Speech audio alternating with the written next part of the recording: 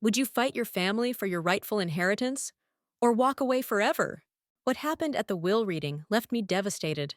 It wasn't just about money, it was about legacy, pride, and the years I had poured into the family business. But before I tell you what went down in that lawyer's office, let me take you back 3 generations, back to the farm. My great-grandparents arrived here with nothing, no land, no money, just a few seeds, a stubborn streak, and the belief that hard work could squeeze a better life from the soil. They planted Meyer lemons, and those lemons thrived like nothing else, sweeter than regular lemons, golden skin that caught the sunlight. The neighbors thought it was luck, but we knew it was destiny. By my grandfather's time, we weren't just farmers. We were empire builders. Lemon cakes in bright yellow boxes on grocery shelves, lemonade in bottles, clinking in refrigerators across America, summer in a sip, and the Lemieux name on every label. We got rich, and for a while, we were happy. But like any family empire, money only sweetens the cracks for so long before bitterness seeps in. When my turn came, I wanted to take things further.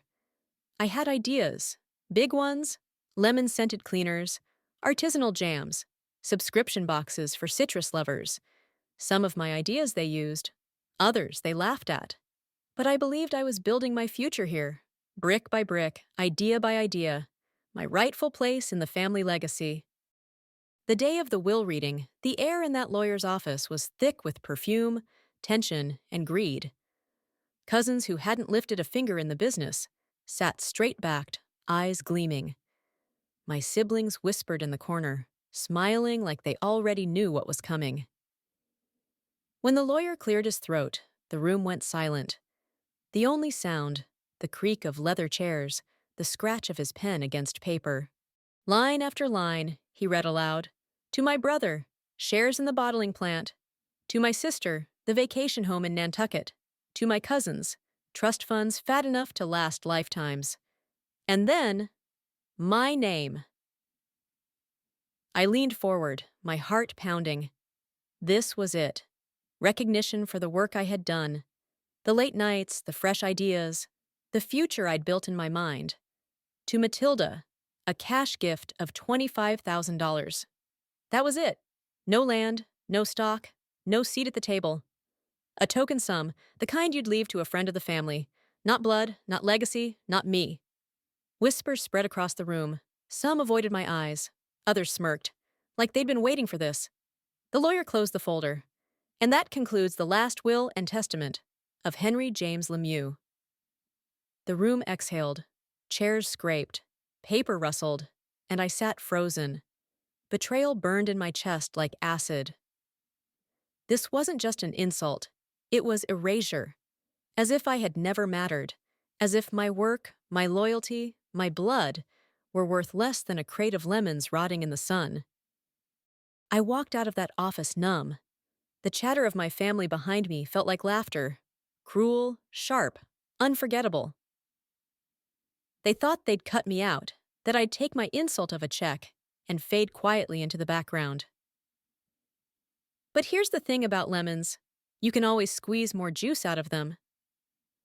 I replayed every late night I had spent perfecting new ideas. Every product mock-up, every pitch they dismissed. They didn't see it then. But I knew those ideas weren't just good. They were revolutionary. Lemon-scented cleaners that outshined the competition. Artisanal jams with flavors no one had tried before. Subscription boxes that could make citrus a lifestyle.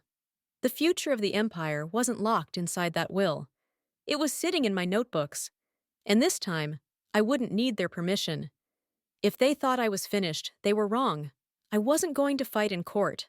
I wasn't going to beg. I was going to build something so undeniable, so powerful, that they would choke on their own lemonade.